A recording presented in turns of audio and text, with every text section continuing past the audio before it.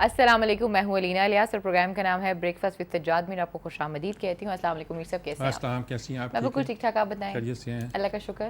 खबरें हैं मज़े मज़े की, छोटी छोटी खबरें हैं लेकिन मज़े दे रही हैं। इमरान खान की शादी की खबरें हैं ना, चटखारा आजकल तो। हाँ हाँ, सुना कुछ पिक्चर्स और आई हैं। नहीं यही कह सकते हैं, बस यही ज़माना भाभी तो और नहीं आई। हमारी सियासत में अब ये हाल हो गया हमारा। एक तरफ कंदील बलोच और दूसरी तरफ इमरान खान जी। अपने पहले सेगमेंट की तरफ चलते हैं जिसका नाम है हेडलाइंस। जी मीर साहब, टॉप स्टोरीज। कल जी एक तो खैर कश्मीर का मसला हमारा अभी ज़ाहिर है कि जब तक कश्मीर सुलग रहा है और उसके चिनारों की आग सर्द नहीं पड़ सकती, जब तक वहाँ आज़ादी का जो है वो शोला जो है वो अपना रंग न दिखा ले। इस वक्त सूरत हाल ये है कि वहाँ पाकिस्तान में कोर कमांडर्स का इजलास हुआ है, होता रहता है, कोई ख़ास रूटीन में भी ये इजलास होता रहता है। पहले इसकी खबरें नहीं आया करती थी जी जी। आजकल इसकी खबरें अखबारों में छपती हैं, लीड भी बनती हैं और उनके ISPR की तरफ से बयान भी जारी किया जाता है कि कोर कमांडर के इजलास में ये फैसले किए गए। ख़ास तौर पर उस कॉन्फ्रेंस के हवाले से कश्मीर पर गुफ्तगू हुई। सबसे बड़ा कंसर्न तो फ़ौज का है ना जी। पाकिस्तान की इतनी बड़ी फ़ौज इसलिए है कि हमें इंडिया से ख़तरा है। इंडिया से हमारी दुश्मनी है, बिल्कुल साफ लफ्ज़ों में। दोस्ती होनी चाहिए लेकिन दुश्मनी है। अगर हमारी फ़ौज के माटों में, अगर तरबियत में, ट्रेनिंग में किसी बात को दुश्मन के तौर पर समझा जाता है तो वो इंडिया है। ना हम अमेरिका के फ़ौज की दुश्मनी ना अमेरिका से है, ना अफ़गानिस्तान से है, ना किसी ईरान से है, ना किसी चीन से है, ना तुरान से है, किसी से नहीं है। वो एक उनकी ट्रेनिंग ही एक इंडिया से दुश्मनी के एक पैराडाइम पे जो है ना वो बिल्ड होती है। इसलिए फ़ौज के हाँ इंडिया के बारे में एक ख़ास तरह की सेंसिटिविटी पाई जाती है, हसासियत पाई जाती है। तो कोर कमांडर के इजलास, अब कश्मीर का मसला बुनियाद है उस दुश्मनी का, उस मुखालफत का। अच्छा, दुश्मनी के लफ्ज़ से कुछ लोग जो है ना वो बड़े नाला होते हैं आजकल, बड़े हमारे लिबरल, सेकुलर और पता नहीं क्या क्या है। एक ज़माने में प्रोग्रेसिव और मॉडर्न हुआ करता था लफ्ज़ प्रोग्रेसिव। अब प्रोग्रेसिव के साथ फिर लिबरल आना शुरू हो गया, अब फिर लिबरल और सेकुलर भी आना शुरू हो गया, अब प्रोग्रेसिव चला गया बैकग्राउंड। अब प्रोग्रेसिव नहीं बने आप लिबरल और सेकुलर बन जाए। पहले ये सब सारे अलग अलग कॉन्सेप्ट हुआ करते थे। तो बहरहाल कहना मेरा मतलब है कि हमारी असल लड़ाई तो जो है इंडिया के साथ वो कश्मीर के मसले पर है। जो बेसिक मसला है जिसे हम कोर इशू कहते हैं, वो सॉल्व नहीं होता तो दोनों मुल्कों के ताल्लुकात बेहतर नहीं हो सकते। और इस मसले का ज़्यादा ताल्लुक हमारी अस्करी कुव्वत के साथ है। और पाकिस्तान अगर इस चीज़ को बचा के रखा हुआ, पाकिस्तान ने जितनी भी स्ट्रगल की है, जो पाकिस्तान पे इल्ज़ाम भी है, वो अस्करी स्ट्रगल है। वो कुछ सिविलियन हुकूमत ने अपनी निगरानी में वहाँ नहीं ऑपरेशन जिब्राल्टर किया, बल्कि ज़ाहिर है, अंडरस्टूड है कि ये सारा काम फ़ौज ही की निगरानी में हुआ करता है। तो फ़ौज का बड़ा कंसर्न है कश्मीर में जो हो रहा है, यानी कि ये वहाँ का लावा जो उबाल, अगर हमने उसके बारे में कुछ रद्द-ए-अमल नहीं किया तो यही समझा जाएगा कि पाकिस्तान कसूरवार है। तो आज बयानात भी हैं, आसिया अंदराबी का है, अली गिलानी का है, शबीर शाह का है। शबीर शाह तो कल हमारे यहाँ से, हम कल मीर वाइस को भी लेना चाह रहे थे, उनसे बात भी हो चुकी थी लेकिन वो नज़रबंद हो गए। उसके बाद उन्होंने फ़ोन नहीं सुन पाए और ना उनसे बात हो पाई। तो हुआ ये कि इन्होंने कहा है कि शरीफैन का लफ्ज़ इस्तेमाल हुआ है। आज खबरों में मैंने जो देखा है, पाकिस्तान के शरीफैन जो है वो अपना हक अदा कर रहे हैं। यानी कि इस वक्त वो पाकिस्तान की फ़ौज से भी, पाकिस्तान की हुकूमत से भी खुश हैं। मुशर्रफ के ज़माने से वो पूरे पाकिस्तान से नाराज़ थे सब लोग। अच्छा। यानी मुशर्रफ ने आउट ऑफ बॉक्स कश्मीर का सोल्यूशन का जो है यानी कि एक ड्रामा रचाया था। और आज भी वो बड़े फ़ख्र से कहते हैं कि तो हम तो कश्मीर का मसला हल करने के करीब पहुंच गए थे, अल्लाह का शुक्र है वो नहीं कर पाए, वो तो कश्मीर को बेच रहे थे। तो रिजल्ट क्या है? रिजल्ट ये है कि उसके नतीजे के तौर पर इस वक्त जो सूरत हाल है वो ये है कि कोर कमांडर ने उस पर गौर भी किया और कहा कि आलमी बराती कश्मीर पर तवज्जो दें। और ये मसला जो है, जब वहाँ इंसानी जानों का जिस तरह ज़िया हो रहा है और इंसानी हकूक़ की जो पामाली हो रही है, उस पर नोटिस लिया जाए। देखें, यूएनओ नोटिस लेती है, किन चीज़ों को लेती है? टेक्निकल बातें नहीं हमें समझाए। ये शेड्यूल 6 में है कि शेड्यूल 7 में है, या ये इसमें आप दोनों फ्रीक कहेंगे तो मुदाखलत करेंगे। ईस्ट तैमूर में दोनों फ्रीकों ने आपको कहा था। इंडोनेशिया ने भी आपसे रिक्वेस्ट की थी कि हमसे रेफरेंडम कराओ ईस्ट तैमूर में। जनूबी सूडान के वालों ने यही किया था। ये अलग बात है कि जनूबी सूडान चूंकि क्रिश्चियन था और ईस्ट तैमूर चूंकि क्रिश्चियन था, वो अलग हुए और अलग होने के 10-15 साल तक, 10 साल तक, बल्कि कहीं 8-10 साल तक वो टामक टोगियाँ मार रहे हैं। उनको अंदाज़ा हो गया कि अलहदगी के बाद उनको क्या भुगतना पड़ रहा है। अब पूरी दुनिया लगी हुई है, पूरी दुनिया के ईसाई लगे हुए हैं, कह लीजिएगा। ये क्रिश्चियन सिविलाइजेशन ही है ना, जो वेस्टर्न सिविलाइजेशन, वो पूरे लगे हुए हैं। लैटिन सेकुलरिज्म और लैटिन लिबरलिज्म का उसमें तड़का लगा हुआ, उसके अलावा बेसिकली तो वही है ना। वो क्या मिला उन लोगों को? यहाँ आप रेफरेंडम नहीं करा सकते। फ़लस्तीन और कश्मीर का मसला वो है जहाँ अभी कश्मीर का मसला तो इतना नीचे चला गया था कि कहते थे कि जैसे कश्मीर का मसला एग्जिस्ट ही नहीं करता। यूएनओ की जो ये हर बार जिन मसाइल का जिक्र आता था कि ये हमारे बल्कि एक देखते हुए मसाइल हैं, उसमें कश्मीर को खारिज कर दिया गया था। बहरहाल कोर कमांडर ने कल मीटिंग की है, उस पर बात की है, और बहुत सब जनाजे के बारे में, बुरहान वानी के जनाजे के बारे में कहा जा रहा है कि आलमी रिकॉर्ड है। 4 बार वो वही जनाजा पढ़ा गया, जो गायबाना नमाज जनाजा पड़ी गई वो अलग है। 6 लाख लोग एक कैलकुलेशन के मुताबिक वहाँ पहुँच गए और अपने घरों से निकल कर पता नहीं किस तरह वो वहाँ पहुँचे थे, और वो पहुँचे वहाँ उसके गांव में पहुँचे। आज हमारे कोर्ट्स जो एक्टिव हैं, लाहौर हाई कोर्ट के चीफ जस्टिस जो हैं वो तो साफ कह रहे हैं, मतहत अदालतों को, अपने साथियों को, सबको कह रहे हो कि भाई करप्शन बर्दाश्त नहीं करूँगा इंडिया में, जिसने करप्शन की उसकी छुट्टी करा दूंगा, कान से पकड़ के गोया निकाल दूंगा, ऐसी ज़बान इस्तेमाल कर रहे हैं तकरीबन। और दूसरी तरफ हमारे चीफ जस्टिस ऑफ पाकिस्तान जो हैं वो भी ज़रा सख्त रिमार्क्स भी दे रहे हैं। वो कह रहे हैं कि ये भी इलेक्शन कमीशन आपने तय नहीं किया, आप मिली भगत है, आपस में मिले हुए हैं, मिलके क्या कर रहे हैं? अटॉर्नी जनरल साहब जवाब दो कि इलेक्शन कमीशन क्यों नहीं बना। अच्छा, जब से ये बात तय हुई है कि कुछ पोस्टें जो हैं वो आईनी पोस्टें जो हैं वो कंसेंसस के साथ बनेंगी, कंसेंसस होता ही नहीं। सही। सियासतदान जोड़ तोड़ करते रहते हैं। वो अपने भाई जिस दिन इलेक्शन कमीशन को ख़त्म होना था उससे पहले आपकी डिलिब्रेशन शुरू हो जानी चाहिए थी, आपको तय करना शुरू कर देना चाहिए था, और जिस दिन हुआ था उसके 2-1 दिन के अंदर आप अनाउंस कर देते कि जनाब हम दोनों ने, अपोजिशन ने, हुकूमत ने फैसला किया है कि फ़लाँ शख्स हमारा चीफ इलेक्शन कमीशन हो। हमें एतराज़ बड़ा रहता है, इलेक्शन कमीशन ये है, इलेक्शन कमीशन ऐसा है, वो 4 अरकान के खिलाफ पड़े हुए थे। अब उनकी तकर्री तो करो। खैबर पख्तूनख्वा में तहरीक इंसाफ और अपोजिशन मिलकर करनी है, यहाँ पंजाब में हुकूमत मुस्लिम लीग नून की है और अपोजिशन ने मिलकर, हर जगह अपने अपना उसके डायनेमिक्स हैं, उसके हिसाब से करें। आप क्यों नहीं कर रहे? उसको क्यों नज़रअंदाज कर रहे हैं? कोर्ट बहरहाल ठीक तौर पर इस पर कर रहा है। कोर्ट की एक तशवीश कराची के हवाले से भी है। कराची के चीफ जस्टिस जो है ना, लाहौर चीफ जस्टिस तो वैसे एक्टिव है, कराची चीफ जस्टिस को अंडर प्रेशर किया, उनके बेटे का अगवा किया गया अवैध शाह का। तो अदलिया ने कल जजेस ने तमाम एक मुश्तरका एक तरह की करारदाद पास की है और मुतालबा किया है कि भाई इस मामले में जिस तरह की सुस्ती दिखाई जाती है ये मुनासिब नहीं है। अब लोग तरह तरह की बातें करने लगे हैं कि इसको कहीं हमारे ही किसी ने अगवा ना किया हो, फ़लाँ मुकदमे में प्रेशर डालना चाहते हैं, फ़लाँ में ये करना चाहते हैं, फ़लाँ में करना चाहते हैं। कुछ भी हो, अदलिया को अंडर प्रेशर लाने की ये एक टैक्टिक्स है, जो मेरा ख्याल में इस पर भी स्टेट ऑर्गन्स को गौर करना चाहिए कि कैसे इसका हल निकाला जा सकता है। जी, अब पंजाब में मसलन आप एक कहा जाता है जी हम सेहत और तालीम के बारे में नज़रअंदाज कर रहे हैं। असल में ये जो कहते हैं जी ऑरेंज ट्रेन बनाने के बजाय इतने स्कूल बना दिए जाएँ, फ़लाँ चीज़ हस्पताल बना दिए जाएँ, वो तो मैं ज़रा कायल नहीं हूँ जी। सोशल सेक्टर के पैसे अलग होते हैं और वो डेवलपमेंट के पैसे नहीं होते कि जहाँ वो खर्च किए जाएँ। सोशल सेक्टर के अलग पैसे होते हैं, और तालीम जो है सिर्फ सोशल सेक्टर ही नहीं है, ये हमारी ग्रोथ का भी एक इंजन है। इसलिए इसके बारे में, अब इसके बारे में तो चीन कर्जा नहीं देगा हमें ना जी। चीन तो कर्जा ऑरेंज ट्रेन के लिए दे रहा है, वो चीन कर्जा आपको स्कूल बनाने के लिए तो नहीं देगा। ये आपको अपना पेट काट के स्कूलों को और इसकी सूरत बेहतर करनी पड़ेगी। पंजाब हुकूमत ने दानिश स्कूल बनाए तो उस पर यह शुरू हो गया कि साहब पंजाब हुकूमत दानिश स्कूल बना के पैसा ज़ाया कर रही है, इससे बेहतर था कि प्राइमरी एजुकेशन को बेहतर किया जाता। अब पंजाब हुकूमत क्या बोलती, वो तो फंड मिले थे इंटरनेशनली कि साउथ पंजाब में टेररिज्म बढ़ रहा है, मुदरसे जान पकड़े, वहाँ ज़रा दानिश स्कूल, फिर रुक क्यों गया? बाकी मुल्क में क्यों नहीं फैला?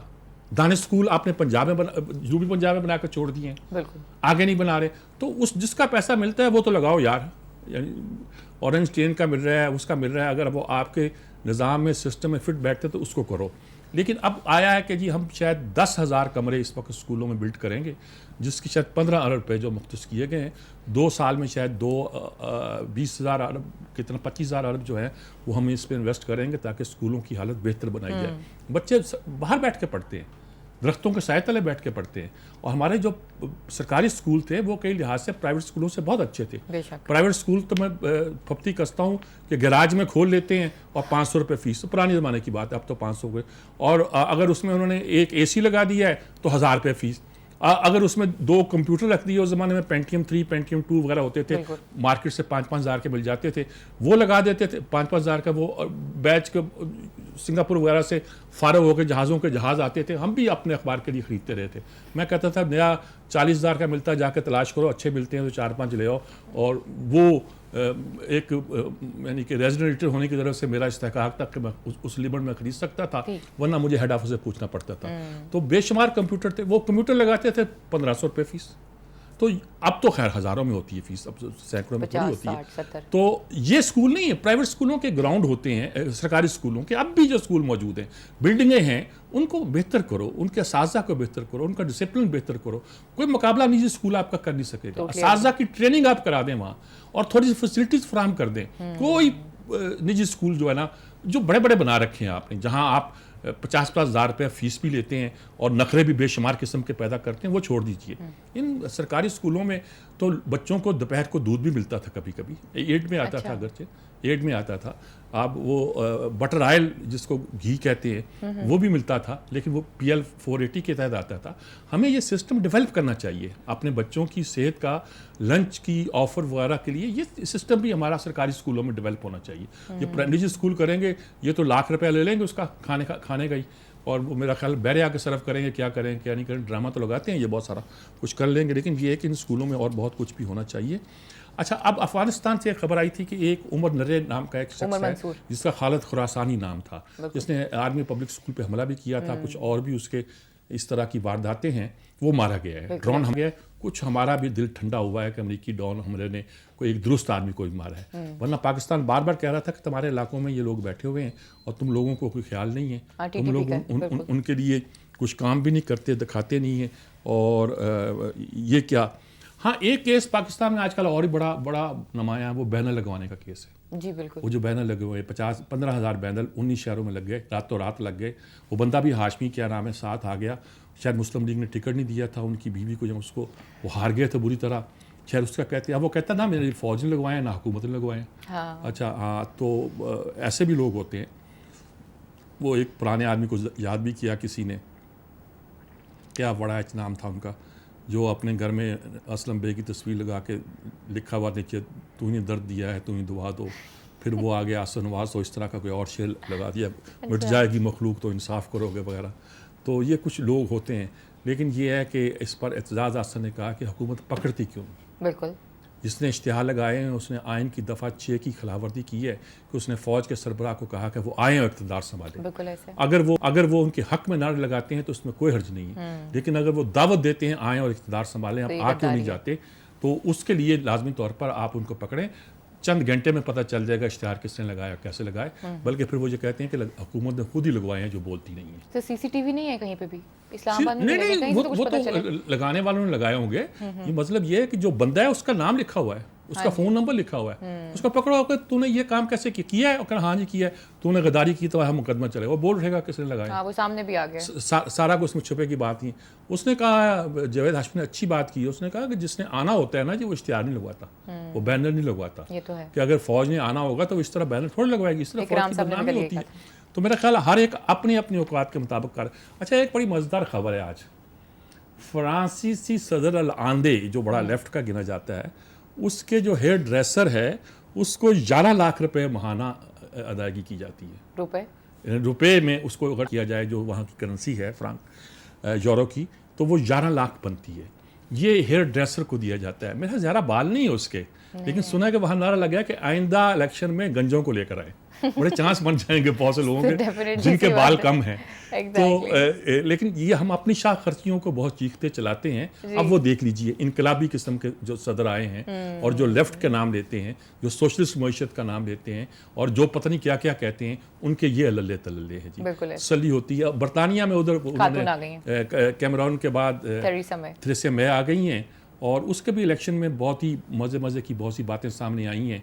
आज एक आर्टिकल है जो बताता है कि कैसे मीडिया ने क्या रोल अदा किया। अच्छा। और मरदूख जो उनका दुनिया का बड़ा गिना जाता है टाइकून, मीडिया टाइकून, उसके अखबारों ने वहाँ क्या, टाइम्स भी उसी का है, सन भी उसी का है, और क्यों अदा किया।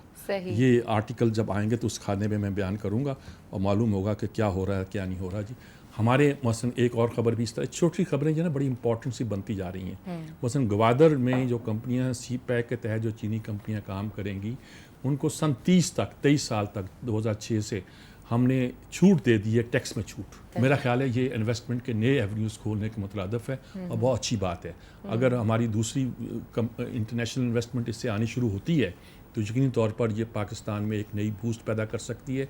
जब सी पैक मुकम्मल होने के ज़्यादा करीब होगा, या एक रूट हम कम से कम बना लेंगे, मसलन अगर हम सक्खर तक मोटरवे बना लेते हैं और सक्खर से भी दूसरी से ग्वादर जाते हैं या कराची जाते हैं, कराची तक भी रूट जब बन जाएगा ना, तो आपकी जो एक मुआशी सूरत हाल है उसमें एक बहुत बड़ी तब्दीली आएगी, इन्वेस्टमेंट भी शुरू हो जाएगी और आपके बहुत से इलाके जो कि पीछे रह गए हैं वहाँ भी लोग आके सनतें लगाएंगे। और सनतें हमने अब फैलाना चाहिए, क्योंकि अगर हमने चंद शहरों में कंसंट्रेट कर दी तो हमारे लिए बहुत से प्रॉब्लम होंगे। और अब मज़े की ख़बरों में एक ख़बर ये भी है जी कि उन्होंने एक हुक्मनामा दिया है 1541 का अकबर बादशाह का ऑरेंज ट्रेन के ख़िलाफ़ 1541 सन 1541 का 500 साल के करीबन होने वाले हैं। वो ये है कि ये ज़मीन फ़लाँ दरबार है उसकी ज़मीन रहेगी, इस पर किसी और को नहीं दी जाएगी। तो उन्होंने मांगा है पंजाब हुकूमत से, बताओ इसके बारे में क्या कहते हो। वो क्या कहना यार, वो जो माहिदा अकबर बादशाह का था तो अकबर बादशाह की हुकूमत ने तो अंग्रेज़ में आके ख़त्म कर दी थी और अंग्रेज़ ने सारे माहिदे ख़त्म करके नया बंदोबस्त कर लिया था। अल्लाह खैर सल्ला। अब कहाँ अकबर बादशाह, कहाँ उसके ज़माने के तज़किरे, कहाँ औरंगज़ेब, यानी रंगीला भी जो हमारा क्या था, क्या कहते थे हमारे एक बादशाह ऐसा भी हुआ है ना जिसको रंगीला क्या कहा गया था, वो उसका ज़माना भी नहीं रहा। बादशाह ज़फ़र तक जैसे बेचारे मज़लूम का ज़माना भी नहीं रहा। अब तो बस और है, लेकिन मज़ा आया कि 1541 का वो कोई हल्फनामा लिख के लाए हैं कि अकबर बादशाह ने फरमान लिखा था कि दरबारों के साथ बहुत कुछ था, बहुत ज़मीनें थी और लोगों को उस तरह अपने हिसाब से भी उन्होंने इस्तेमाल किया। पहले यही खबरें हैं जी, अमेरिकी कांग्रेस में जी पाकिस्तान के खिलाफ वावेला मचा है कि इसको दुश्मन गिना जाए या दोस्त गिना जाए। जो चाहे गिल दे, दुश्मन गिलने दोस्त गिलने। दे ऑल आर कंजर्वेटिव्स, बहुत ज़्यादा कंजर्वेटिव है। उनकी लॉबी के बारे में ये कहा जाता है कि they are funded by India, so इस वजह से आप कुछ भी कह सकते हैं। अमेरिकियों को भी इंडिया पैसे देता है, देखो जरा। सर अगर पाकिस्तान दे सकता है तो इंडिया क्यों नहीं दे सकता? खैर सुनने की खबरें तो कुछ ऐसी होती हैं सर, अक्सर हम इशारों पर डिस्कस भी करते हैं। हम तो मार्क सैगल को देते हैं, बेनज़ीर उसको देती थी। सर बस बात ही खत्म कर दी। अगर आप इजाजत दें तो हम चलते हैं नाजरीन एक छोटी सी ब्रेक के बाद, और उसके बाद जब हम वापस आएंगे तो अगले सेगमेंट की तरफ चलेंगे। Stay with us.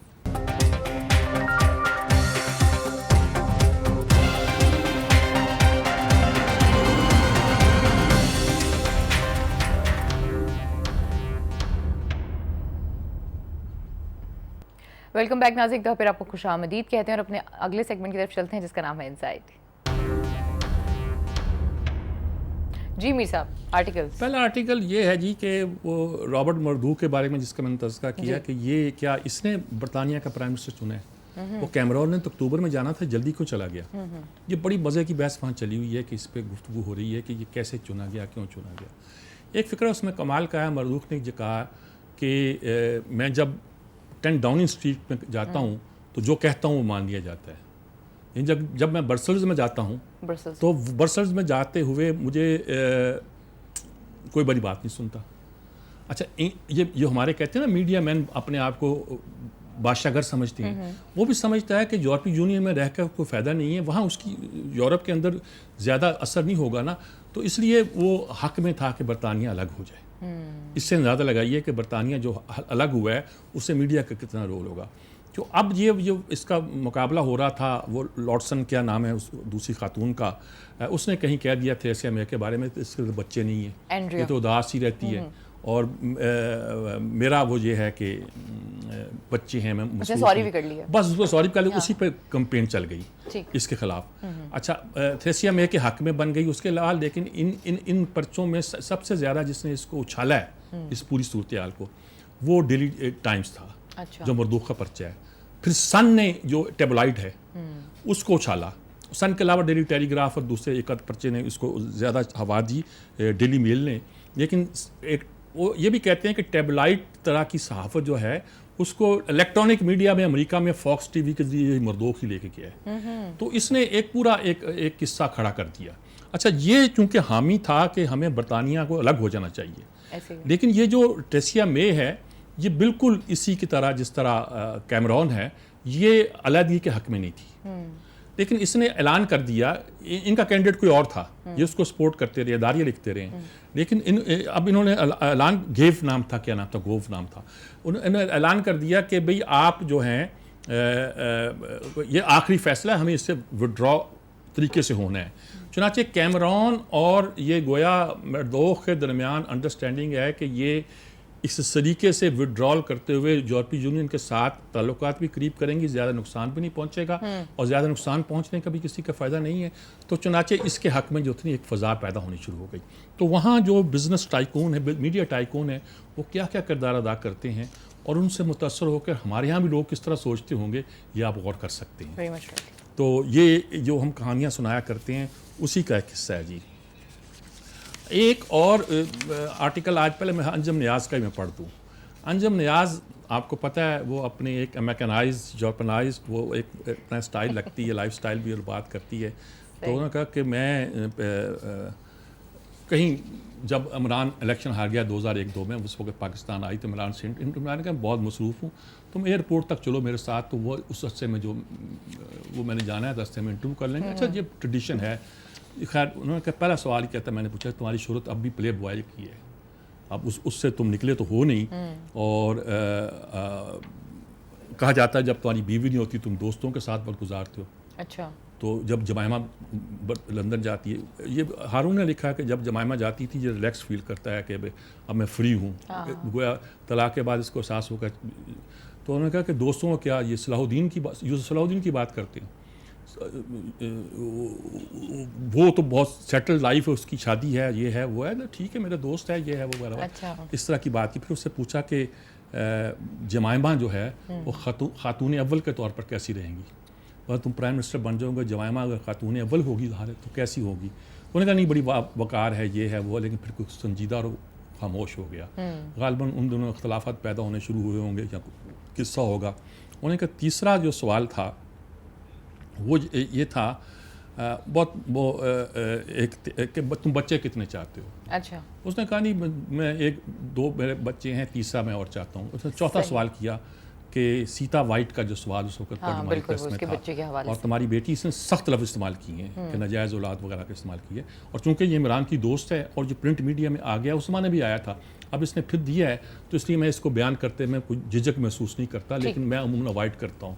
अब to be fair to her ये बयान भी करना पड़ता है। तो कहता मैंने कहा कि वो भी कहती मैं उसकी बेटी हूँ, छोटी है अभी 4-5 साल की, और शक्ल भी तुमसे मिलती है, ये वगैरह वगैरह। माँ भी उसकी कहती है तो, और अब वो कासम और सलमान भी उसको बहन की तरह समझते हैं, और तलाक के बावजूद भी जमाइमा ने उसको, ये इसने लिखा है, अपने बच्चों की तरह ही पाला है, अपनी सतीली माँ की तरह उसको पाला है। तो ये सारी बातें करने के बाद उसने कहा कि इमरान ने कहा कि ऐसी कहानियाँ छपती रहती हैं करती, मैं इसके क्या जवाब दूँ वगैरह वगैरह उसमें लिखा है।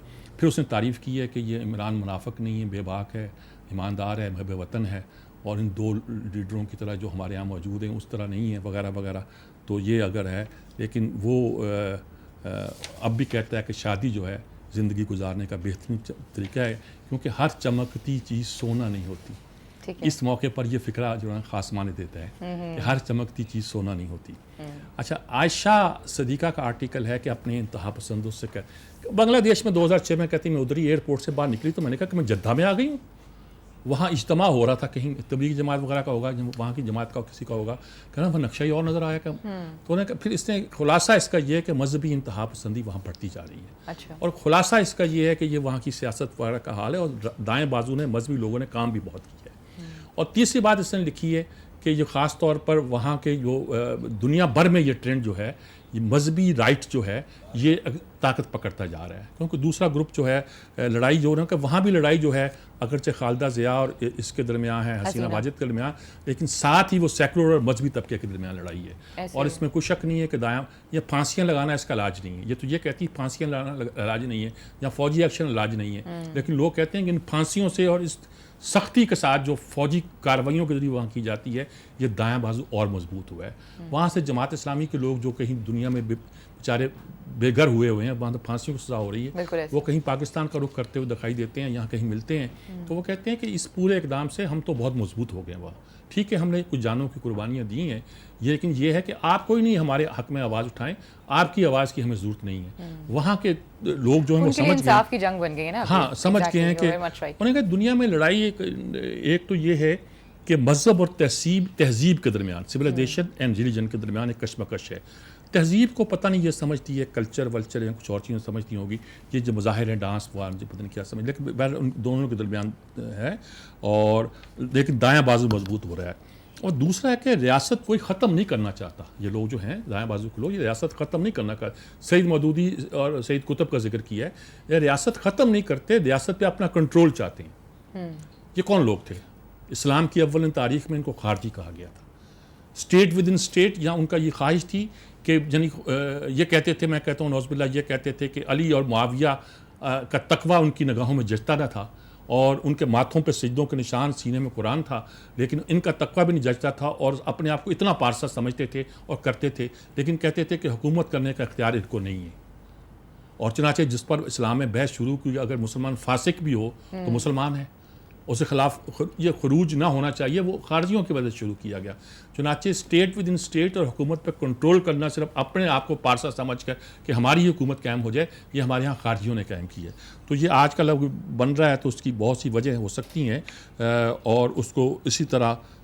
और दूसरी बात उसने कहा कि क्या मजहबी जुनूनियत से वापसी का इम्कान है? उन्होंने कहा हाँ हो सकता है, इसको आप, लेकिन हम जितने इकदाम करते हैं वो आर्जी करते हैं और उसका कोई फ़ायदा नहीं होता।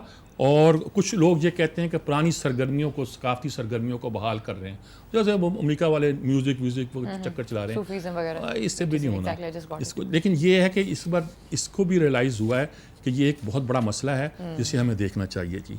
रऊफ़ ताहिर साहब सिविल मिलिट्री ताल्लुकात पर ख़ास तौर पर इस पोस्टर के हवाले से आज लिखते हैं जी, और उन्होंने कहा कि आईन पाकिस्तान और जमहूरी निज़ाम से वफ़ादारी का दूसरा गैर मबूम सबूत अफवाज पाकिस्तान ने यह दिया है कि इसकी तरदीद करती है। मुझे इनका ये नैरेटिव जो है बयानिया में मज़ा आया, ये बयान करते। आजकल हम सब कह रहे हैं, कौन कहता फ़ौज दिलचस्पी ले रही है, फ़ौज तो जमहूरियत पसंद है, फ़ौज बिल्कुल नहीं चाहती है। कल कल को पता नहीं क्या कहेंगे या क्या सूरत हाल पैदा होती है, क्या हालात पैदा होते हैं, और जलावतनी के दौरान क्या सूरत हाल थी। ये जो GHQ में सागडार और सरताज अजीज़ और को जाना पड़ा, सरताज अजीज़ कहते हैं कि ये तो मैंने खुद प्रपोज़ल दी थी और कहा था GHQ ही प्रेजेंटेशन बेहतर हो सकती है वगैरह। नवाज शरीफ का एयरपोर्ट पर लोगों से गुफ्तगू 3-4 बातों को जिक्र किया है और अच्छे तरीके से किया है जी। अच्छा, अब एक बात, और आमर खाकवानी आज जो है वो तो चूँकि खुद आएंगे तो ज़्यादा वजाहत के साथ करेंगे। उन्होंने कहा क्या मैंने कश्मीर को भुला दिया है, और 3 फेज़ गिनवाए हैं। एक 87 से शुरू हुआ, एक फिर वो फेज़ है जो ज़रा 1 से लेकर 8 तक ज़रा सुस्त का था, फिर दोबारा एक लड़कियों के ज़्यादती के बाद दोबारा शुरू हुआ 8 के बाद, और अब ये फेज़ अपने आखिरी मरहले पे है। नौजवान नस्ल को वो फिन ओवर नहीं कर सके, हमें भी इसमें काम करना चाहिए पाकिस्तान को। एक आती है the GOP party is over. GOP इस रिपब्लिकन को कहते हैं। वो कहते हैं कि साहब अगर ये ट्रंप, ये फ्रेडमैन का आर्टिकल इसलिए मैं पढ़ रहा हूँ, वरना अमेरिका के इन इलेक्शन से ट्रंप के वापसा से मैं ज़्यादा दिलचस्पी इसलिए लेता कि हमारे लोगों को अपने मसाइल क्या कम है कि वहाँ, लेकिन थोड़ा थोड़ा हफ्ते में एक आध आर्टिकल में ऐसा आता है जरूर बयान करता रहता हूँ। तो उन्होंने कहा हिलेरी अगर 50 रियासतों से मुझे लगता है जीतेगी, फ्रेडमैन कहता है, और GOP की कोई अगर जनाजा निकल जाएगा कहते हैं ऐसे है। और इस वक्त जो सूरत हाल है उसमें यही है। उन्होंने कहा कि औरतों की इसने तौहीन की है वोट लेने के लिए, मुसलमानों के ख़िलाफ़ इसने तौहीन में अल्फाज इस्तेमाल किए, और अगर ये हिलेरी क्लिंटन जीत गई तो आइंदा GOP में भी, रिपब्लिकन पार्टी में भी कोई ऐसी वाहियात बातें नहीं करेगा जैसी इसने की हैं। मज़ीद कंजर्वेटिव, गुस्से से भरे हुए सफ़ेद फाम और बड़े एंग्री वाइट मर्द, औरतें नहीं, औरत तो हिलेरी को वोट दे सकती हैं, और गन कंट्रोल के मुखालफ और फ्री मार्केट इकॉनमी, जो बहुत सारे मसाइल हैं उनके साथ। तो ख्वाहिश इनकी ये है कि ट्रंप बुरी तरह हारे, और ताकि आप रिपब्लिकन पार्टी भी रीथिंकिंग करे कि ऐसी चीज़ों के ज़रिए अगर एक आदमी आगे आ सकता है। उन्होंने कहा पार्टी तो बढ़ चुकी इस तरह, पार्टी सिस्टम क्या है, इसको तो पार्टी सिस्टम नहीं कह सकते जो कहा जाए। और ख़ास तौर पर उन्होंने कहा कि एक पार्टी आमरीत जो है ना, वो जमहूरियत पार्टी की जाबराना हुकूमत से ज़्यादा ख़तरनाक होती है। जो एक पार्टी के अंदर की आमरीत पैदा हो जाए ना, वो बड़ी ख़तरनाक बात होती है, और ये पैदा हुई है। चूँकि ये फ्रेडमैन का आर्टिकल था इसलिए मैंने चाहा कि इसका ज़रूर जिक्र कर दूँ। और आखिरी आर्टिकल जो है वो मैं, प्यूटन लव्स ब्रेक्सिट, एंड्रयू फॉक्सवेल का आर्टिकल है कि ये जो बरतानिया निकला है तो जो प्यूटन के ख्वाब पूरे हो गए, पांचों घी क्योंकि प्यूटन चाहता था यूरोप को कमज़ोर करना, वो हो नहीं रहा था, टूट नहीं रहा था, बड़ी कोशिशें की उसने, और यूरोप भी एडवांस कर रहा है। तो कहना अब इसके बाद जब बरतानिया निकला है तो वो यार उसको तो मौका मिल गया, बिल्कुल ऐसा और वो बहुत खुश होगा इस पूरे सूरत हाल के साथ। और यूरोप के अंदर ही बहुत से मुल्क हैं जिस और तरह सोच रहे हैं और कर रहे हैं। तो ये सारा एक अहम तरीन सूरत हाल के प्यूटन की नज़र से ये ब्रेक्सिट किस तरह अहम है, बरतानिया का यूरोप से अलग होना और यूरोप का भी कमज़ोर होना और बरतानिया का भी कमज़ोर होना और बरतानिया के अंदर खुद टसल पैदा होना, स्कॉटलैंड और आयरलैंड के लोगों का एक तरह का स्टैंड लेना, ये सारी बातें बताता है कि ये रूसी क़यादत यकीनी तौर पर इस पर खुश होगी। मेरा ख्याल यही आर्टिकल है आज। और आर्टिकल्स जो हैं वो ऑलमोस्ट हमारे कंप्लीट हो चुके हैं। तो इस वक्त हमें जाना एक छोटी सी ब्रेक की तरफ। नाजरीन, स्टे विद अस।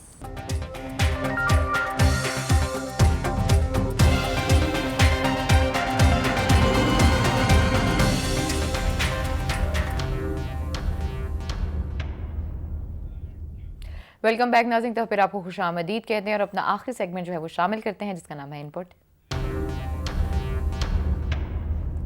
और आज स्टूडियो में जो एनालिस्ट हमारे साथ मौजूद हैं उनका नाम है आमिर खाकवानी साहब, और टेलीफोन लाइन पर जो हमारे साथ मौजूद होंगे वो डॉक्टर हसन अस्करी हैं, इंटरनेशनल अफेयर्स के बहुत ही रिनाउंड, दोनों बहुत रिनाउंड तजियाकार हमारे ये नौजवान और हमारे बड़े मंजे हुए हसन अस्करी साहब, दोनों हमारे लिए आज मसला ऐसा है। और सबसे पहले मैं आपसे पूछता हूँ, अस्करी साहब भी उसके बाद उनका एक आध और मसले पर मैं लेना चाहता हूँ पॉइंट ऑफ व्यू।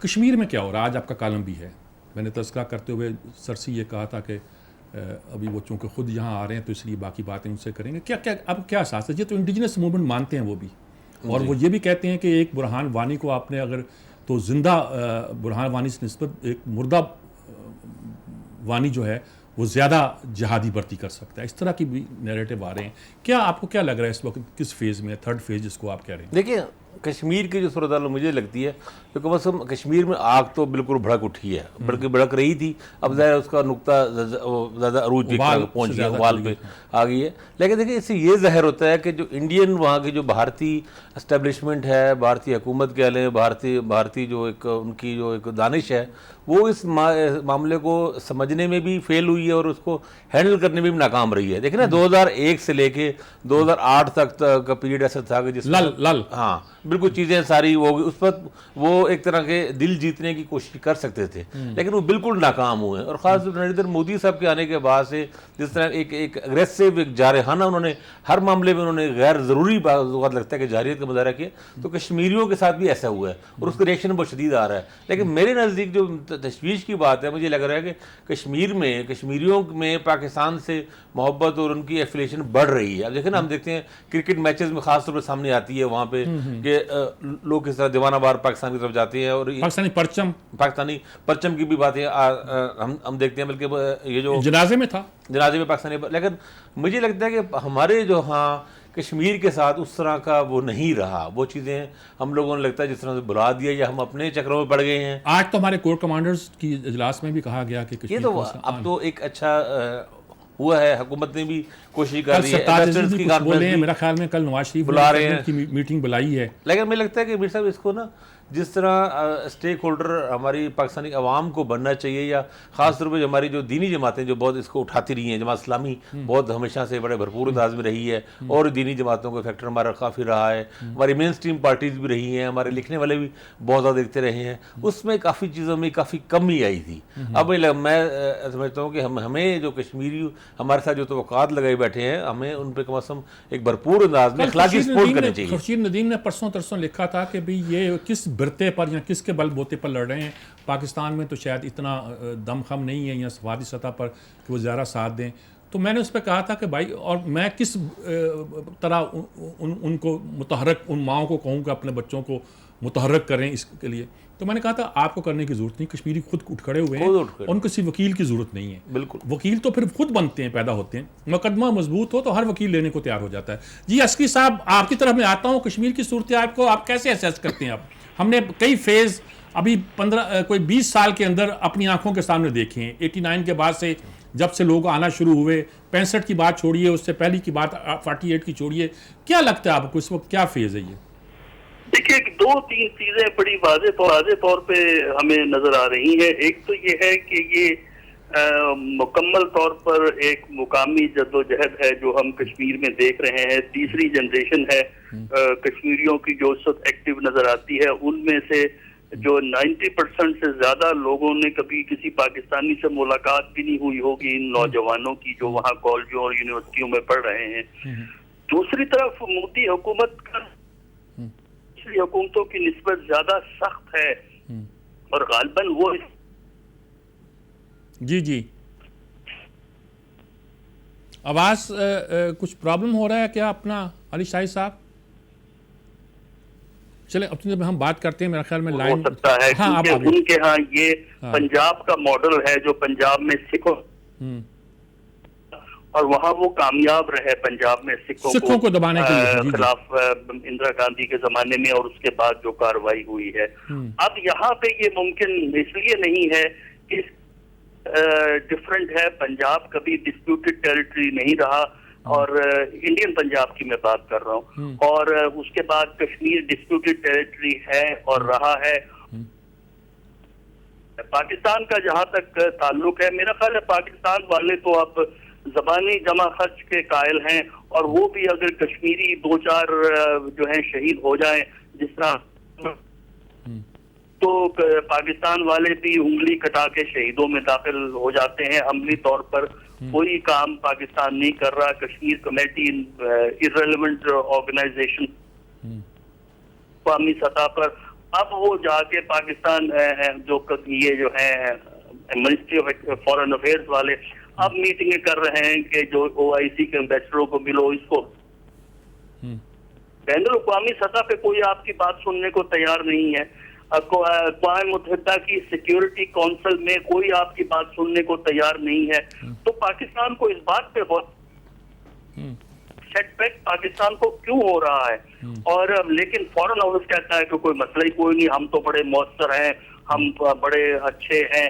तो हमारी समझ से बालातर है ये बात है और हकीकत कुछ और है, और दोनों का आपस में कोई रिश्ता हमें पाकिस्तान की फॉरेन पॉलिसी में नजर नहीं आता। ठीक बात है। अस्की साहब का तो यही कहना है कि पाकिस्तान की सफारती जो सरगर्मियाँ हैं वो कोई इफेक्टिव नहीं है।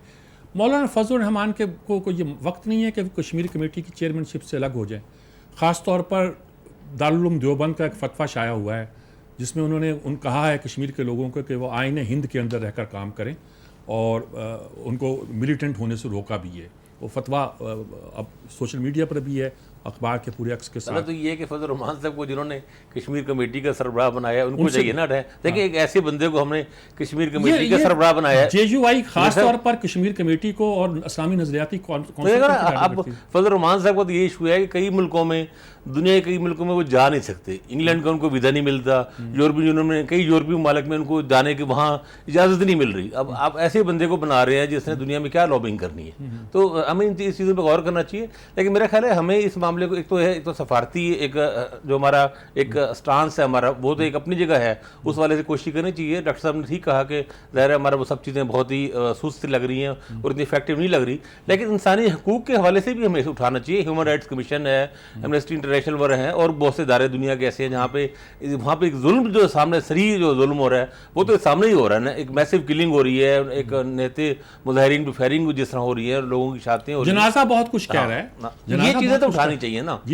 ये तो एक इंसानी बुनियाद की बुनियाद पर, एक ह्यूमैनिटेरियन बुनियाद पर तो बात करने में कि बेशुमार फोरम में जहाँ पे बात हो सकती है और मौसर अंदाज में बात हो सकती है। मेरा ख्याल है हमें कोशिशें अपनी जारी रखनी चाहिए, और थोड़ा सा उसमें ये ज़रूरी नहीं कि सिर्फ हुक्मरान जमात के लोग हों, इसमें अपोजिशन के अरकान को शामिल करना चाहिए, साबिक वज़राए ख़ारजा को शामिल करना चाहिए। खुर्शीद मकसूरी साहब हैं, सरदार आसिफ अहमद अली हैं, और लोग हैं जिनको मुख्तलिफ जगहों पर एक गैर सरकारी तौर पर भेजना चाहिए। ये मेरे ख्याल में ये काम दुनिया भर में होता है, हमें करना चाहिए इसको मौसर अंदाज। दुरुस्त बात है। अस्की साहब एक बात मैं और आपसे करना चाह रहा हूँ कि जहाँ आप कह रहे हैं कि हमारी कुछ सुनता नहीं है दुनिया में, सतह पर हम बिल्कुल कमज़ोर हो चुके हैं, वहाँ आजकल कांग्रेस की कमेटी का वो इजलास भी शामिल है जिसमें पाकिस्तान के बारे में ये कहा जाता है कि तय करो कि दुश्मन है कि दोस्त है। इस तरह की बात हो रही है। ये अमेरिका में ये बहस हम इसे रूटीन में उनका एक डेमोक्रेटिक डिबेट के तौर पर लें, या सचमुच वहाँ कोई लॉबी बहुत मजबूती के साथ पाकिस्तान के खिलाफ काम कर रही है? क्या आप कैसे इंटरप्रेट करेंगे इसको?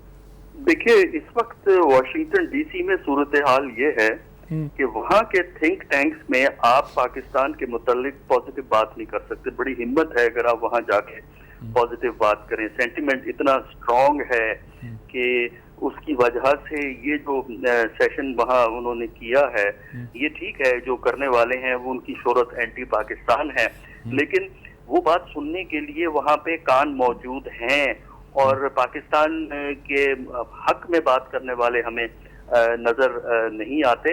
और यही चीज समझना जरूरी है कि जब तक आप जो अहम कैपिटल्स हैं दुनिया के, वहां आप एक पॉजिटिव माहौल अपने लिए क्रिएट नहीं कर सकते जिसमें ऑफिशियल सर्कल्स और नॉन ऑफिशियल सर्कल दोनों का रोल होता है, उस वक्त तक आपकी लॉबिंग इंटरनेशनल लेवल पे चल ही नहीं सकती। इस वक्त हम जो फॉरेन पॉलिसी रन कर रहे हैं पाकिस्तान की, वो सिर्फ डोमेस्टिक सेटिस्फेक्शन के लिए है। अंदरूनी तौर पे हमें ये दिखाना चाहिए कि अखबारों में छपे कि हमने कश्मीर पे फलां कर दिया, फलां काम पे हमने ये कर दिया, लेकिन बैनुल-अक़वामी सतह पर बिल्कुल मामला कश्मीर के मामले में आपको कोई सपोर्ट हासिल नहीं है इंटरनेशनल लेवल पे। अगर आपको सपोर्ट होती तो सिक्योरिटी काउंसिल में क्यों ना आप मसला ले जाते। आप लोगों को ये बताने को तैयार ही नहीं है कि ये जो रेजोल्यूशन जिनका हम हर वक्त ढिंढोरा पीटते हैं, ये इम्प्लीमेंट नहीं हो सकते जब तक आप दोबारा सिक्योरिटी काउंसिल से एक रेजोल्यूशन पास नहीं करवाते। और पाकिस्तान इस पोजीशन में नहीं है कि सिक्योरिटी काउंसिल से नया रेजोल्यूशन हासिल कर सके। लिहाजा सफारती सतह पर तो मामला कश्मीर के मामले में कम से कम पाकिस्तान की तरफ से गोल है। अच्छा, ये बात दुरुस्त है और इसमें बहुत से लोग जो कहते हैं कि कश्मीरी कोई पाकिस्तान पे इंहिसार नहीं कर रहे। अब जो इंडिजिनस मूवमेंट है वो तो उनकी अपनी मूवमेंट है, पाकिस्तान को तो अपना रोल अदा करना है, उसके अपने रियासती मफादात का कुछ जिक्र करते हैं कुछ लोग। पाकिस्तान के रियासती मफादात का भी तकाजा है कि हम कश्मीर के बारे में एक वोकल और एक अग्रेसिव कलवज़। पाकिस्तानी अवाम को तो इस बारे में इजहार यकजहती करना चाहिए ना। ठीक है कि भाई बाहर जाके अगर रैलियाँ वाशिंगटन में, लंदन में, पेरिस में, वहाँ पे अगर नहीं हो पा रही या नहीं हो सकती, एक पब्लिक सपोर्ट के वाले से बात कर रहा हूँ, कम से कम पाकिस्तानी अवाम को तो इजहार यकजहती करना चाहिए भरपूर अंदाज में। दुनिया को कम से कम ये तो नजर आए ना कि यहाँ पे लाखों पाकिस्तानी लोग निकले हैं और उनके लिए इजहार यकजहती कश्मीरियों में, यहाँ पे उनको कश्मीरियों को ये एहसास तो हो ना कि हमारे पाकिस्तान इस मसाइल में घिरा हुआ है, पाकिस्तान की इंटरनेशनल सपोर्ट नहीं है, लेकिन लोगों में तकलीफ तो फील हो रही है ना। मैंने कहा अवाम में तो तकलीफ फील हो रही है। कहते हैं कि जब हलाकू खान बगदाद पे हमला कर रहा था तो वहाँ के लोग ये बहस कर रहे थे कि सुई के नाके से कितने फरिश्ते गुजर सकते हैं। आज तो मुझे ये बहस बिल्कुल ऐसे लग रही है जैसे कि कश्मीर में लोग आग और खून से गुजर रहे हैं। 6-6 लाख का जनाजा हो रहा है, उसका पाकिस्तान का परचम लहराया जा रहा है जी, और वो लोग इस तरह मोटिवेट हैं कि जिसकी कोई इंतहा नहीं है, और इधर बैठे हुए TRO का मसला हल कर रहे हैं। यानी मुझे कल तक TRO एक रेलेवेंट इशू लग रहा था। आज इस कॉन्टेस्ट में जब हम बोल नहीं रहे और यही खबर आती है कि जी आज इजलास अपोजिशन का होगा, आज काबीना का इजलास होगा, मुझे लगता है मेरे TRO तो चलो फिर भी कोई पॉलिटिकल इशू है ना। अब कंदील बलोच के इशू पर मैं उसका नाम ही नहीं लेता। सारे इमरान खान की शादी पे पता लगता है कि एक बेबुनियाद र्यूमर पे पूरा बड़े दिन टीवी चैनल लगे हुए हैं और चीजों पे, कम से कम बाकी चीजें तो मतलब बिल्कुल ठीक बात है कि इरेलीवेंट बहसें हैं बिल्कुल। नहीं, मैं कहता हूं कि ये जो इंपॉर्टेंट बहस थी हमारी पॉलिटिकल वो नहीं हो रही, सही बात है, नहीं हमारे पॉलिटिकल सफर का रास्ता बना सकती है ये TRO वगैरह। मुझे आज लगा कि हम इस बहस में उलझे हुए हैं और उधर हमारी तवज्जो ही नहीं है। अस्करी साहब, ये बैनर जो लग गए हैं इस्लामाबाद में, पूरे मुल्क में कोई 19 शहरों में कहते हैं 15,000 बैनर लगे हैं और लगाने वाला भी सामने है, ये क्या चक्कर है? ना फौज ऑन कर रही है, ना हुकूमत ऑन कर रही है, ना अपोजिशन कर रही है, ना किसी को पकड़ा जा रहा है कि तूने ये क्यों कहा कि फौज आ जाए, यानी कि उनके हक में बैनर लगाएं वो और बात है, लेकिन आने की दावत दें, ये क्या चक्कर क्या है? ये देखें, जो आप बात कर रहे हैं वो बिल्कुल सही है कि जो नॉन इश्यूज को इशू बनाया है, और ये इररिलेवेंस ऑफ इश्यूज ही है जिसका एक मुजाहिरा ये होता है कि जब मुल्क में अनसर्टेनिटी हो, कंफ्यूजन हो और हम इश्यूज को रिकग्नाइज ना कर सके कि क्या चीजें अहम हैं, तरजीहात क्या होनी चाहिए, तो फिर मुख्तलिफ लोग मुख्तलिफ डायरेक्शन में चल पड़ते हैं। कोई कंदील बलोच शुरू कर देगा, कोई पोस्टर लगा के बहस व तमीज में पड़ जाएगा, कुछ और मामलात को शुरू कर देगा। ये है क़यादत का बहरान, और ये है कि सियासी निज़ाम के अंदर एतमाद जो है सियासी निज़ाम पे कम होता चला जा रहा है। उसकी वजह से लोग जो हैं इस किस्म की एक ऐसी बातें कर रहे हैं जिस तरह हम कह सकते हैं शुद्र बेमहार है, जिसका जिधर को मुंह चलता है वो चल पड़ता है। और क़यादत जो है हमारी, ये काम सियासी क़यादत ने देना होता है, हमारी हुकूमत ने देना होता है। हमारी हुकूमत जो है वो क़यादत करने से कासिर है, उसकी वजह से हम इस वक्त ये गैर यकीनी सूरत हाल देख रहे हैं, कोई पोस्टर लगा रहा है, कोई पोस्टर उतार रहा है। इसी किस्म के माहौल को नहीं, कोई पोस्टर लगा रहा है, कोई उतार भी नहीं रहा। ये भी ठीक है आपकी बात जो है। बड़ी अजीबोगरीब सूरत हाल हमारे मुल्क। हमें सोचना चाहिए ना कि सेंस ऑफ डायरेक्शन, लीडरशिप का एक केओस है हमारे, और है जिसकी वजह से ये मामला इस तरह चल रहा है। असल में हमारे यहाँ नहीं, उन लोगों को क्यों नहीं पकड़ा जा रहा? जो लोग मौजूद हैं, वो ऐलान कर रहे हैं, अपना टेलीफोन नंबर दिया हुआ है। दाखिला हमारे मौजूद हैं, इस्लामाबाद में भी कार्रवाई कर सकती है और शहरों पे। यहाँ मतलब मैं नहीं समझ पा रहा हुकूमत कहाँ है। करेंगे उनका? आप क्या कह रहे हैं अस्करी साहब? मैं कह रहा हूँ कि उनका पकड़ के आप क्या करेंगे, क्या कहेंगे? अगर इस तरह पकड़ने लगे तो पाकिस्तान जो टेलीविजन पे प्रोग्राम होता है, हर हफ्ते 2-4 लोग टेलीविजन पे गुफ्तगू करने के इल्जाम में पकड़े जाएंगे। नहीं, वो तो ठीक हाँ 2-4 नहीं, बहुत सारे। मैं थोड़ा सा एहतियात से बोला था। लेकिन ये है कि ये देखिए ना कि ये इश्यूज खड़े क्यों होते हैं। मेरे नजदीक सवाल, आप सिम्टम्स पे जा रहे हैं, मैं सिम्टम्स की रूट्स की बात करता हूँ। सवाल ये है कि इस किस्म की बातें सूझती क्यों हैं?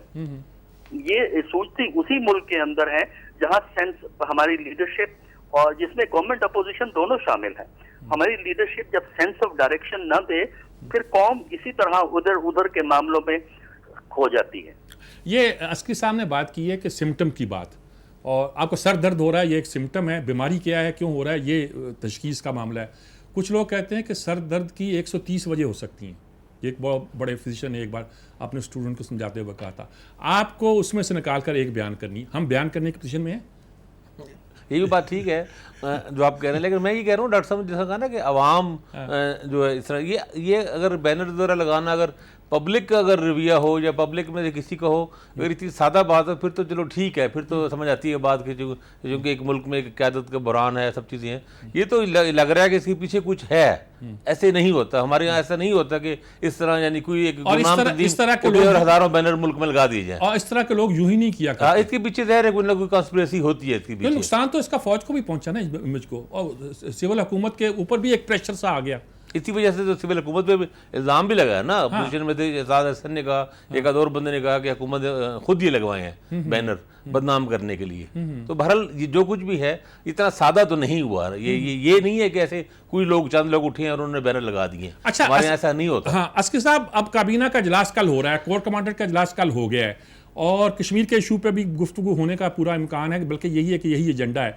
आप क्या समझते हैं, इसको हुकूमत पाकिस्तान को क्या अपनी पॉलिसी वजह करनी चाहिए? देखिए, उसमें इनको ये देखना पड़ेगा नहीं कि ओवरऑल रिलेशनशिप इंडिया से किस किस्म का परसू करना चाहते हैं, और ये बैठ के फॉरेन ऑफिस खुद एग्जामिन करे। किसी को कहने की जरूरत नहीं है कि बैन अवी सतह पर क्या लिमिटेशंस हैं, उनका एक रियलिस्टिक असेसमेंट करे कि आपकी बात खासकर कश्मीर पे या दूसरे मामलात के अंदर पाकिस्तान की बात इंटरनेशनल लेवल पे ज्यादा सुनी नहीं जा रही। इस पे अगर वो रियलिस्टिक असेसमेंट करके फिर इकदाम करें तो मेरा ख्याल है कि ये ऐसा मामला नहीं है जो हल नहीं हो सकता। चाहे इसी तरह अंदरूनी जो मामलात हैं, जिस तरह पोस्टर की बात हुई, ये ठीक है कि पोस्टर एक सिस्टमेटिक एफर्ट होती है, और सिस्टमेटिक एफर्ट इसलिए कामयाब होती है कि रियासती अदारे जो हैं उनको पता नहीं होता, वक्त गुजर जाता है, फिर उनको होश आती है। तो लिहाजा इस वक्त जरूरत इस बात की है कि फॉरेन पॉलिसी में फॉरेन ऑफिस एक रियलिस्टिक असेसमेंट करे, और डोमेस्टिक पॉलिटिक्स में हमारी हुकूमतें, सूबाई और ये हुकूमतें जो हैं, वो बैठ के एक रियलिस्टिक असेसमेंट करें कि हम जा किधर रहे हैं, आज से 3 साल या 5 साल के बाद पाकिस्तान ने किधर जाना है, उसका तयन करके उसके मुताबिक अगर इकदाम उठाएं, और जो कॉन्फ्लिक्ट है और जो पोलराइजेशन है, जो तकसीम है, उसको जरा कम करने की कोशिश करें। जितनी पोलराइजेशन बढ़ती है, अनरियलिज्म पॉलिटिक्स में आता चला जाता है। ये तो एक बात है कि ये देखें कि उनकी बात क्यों नहीं सुनी जाती। सवाल ये है कि हम अपनी बात सुनाएं कैसे। वजह सिर्फ यही है कि पाकिस्तान की चूंकि आवाज़ नहीं सुनी जाती, इसलिए लोग कश्मीर पर तवज्जो नहीं दे रहे, या कुछ और वजह भी आप समझते हैं मौजूद है? जी देखिए, इस वक्त तो देखिए कुछ बातें तो मेरे साथ ज़ाहिर है कि इंडिया की इस वक्त जो इंटरनेशनली एक पोजीशन बन गई है, उसके लॉबिंग ज़्यादा स्ट्रांग है, आलमी क़ुव्वतों में ज़्यादा उसका इन्फ्लुएंस बड़ा है, कई चीज़ों में ज़ाहिर है बहुत से फैक्टर्स हैं उसके। और पाकिस्तान का इंडिया के मुकाबले में कंपैरेटिवली नीचे चीज़ें कमज़ोर हैं, वो अपनी जगह एक रियलिटीज़ है। लेकिन हमें तो ये लगता है कि पाकिस्तान का, जिस तरह उन्होंने खुद भी कहा, डॉक्टर साहब भी इशारा किया, हमारे फॉरेन ऑफिस जो है वो इतना इफेक्टिव नहीं है इतना। यानी एक तो ये ना कि भाई आपके लिए वैसे मसाइल हैं आलमी सतह पर, तो ठीक है, लेकिन ये है कि हम अपनी बेस्ट एफर्ट्स भी नहीं कर रहे। यानी ये नज़र नहीं आ रहा कि हमारा फॉरेन ऑफिस अपनी बेस्ट एफर्ट कर रहा हो। यानी आपको जो बस में है वो चीज़ें तो की जाए ना, जिस तरह अभी आपने कश्मीर कमेटी की बात की, कश्मीर कमेटी के लिए एक मुनासिब जो शख्सियत होनी चाहिए वो उसका सरबराह है ही नहीं। कश्मीर कमेटी बिल्कुल फ़ाल है ही नहीं, और JUI को वैसे भी देने की इसका तुक्की नहीं बनती। उनके कश्मीर के वाले से उनका मौके वैसे भी बिल्कुल डिफरेंट है, और वो उसकी वैसे भी पजीराई उस तरह नहीं है। पब्लिक के साथ वो हम आंग नहीं है, पाकिस्तानी अवाम के साथ। तो जो चीज़ें हम अपनी बेस्ट एफर्ट करनी चाहिए वो तो करें ना, उसमें हम बहुत पीछे हैं, थोड़ा पीछे नहीं, बहुत पीछे हैं। ठीक बात है। मेरा ख्याल में इसी के साथ हम इजाज़त लेते हैं जी, वक्त भी खत्म हो रहा है। हाँ जी बिल्कुल, आप तीनों को बहुत बहुत शुक्रिया। मुझे मीर साहब को इजाज़त दीजिए। और कश्मीर पॉलिसी के हवाले से जो बात की गई है वो यही कहा गया है कि हमें एक रियलिस्टिक जो है अप्रोच की ज़रूरत है, जो हमें बहुत लैक कर रही है। इंशाल्लाह कल मुलाकात होगी, तब तक के लिए अल्लाह हाफ़िज़।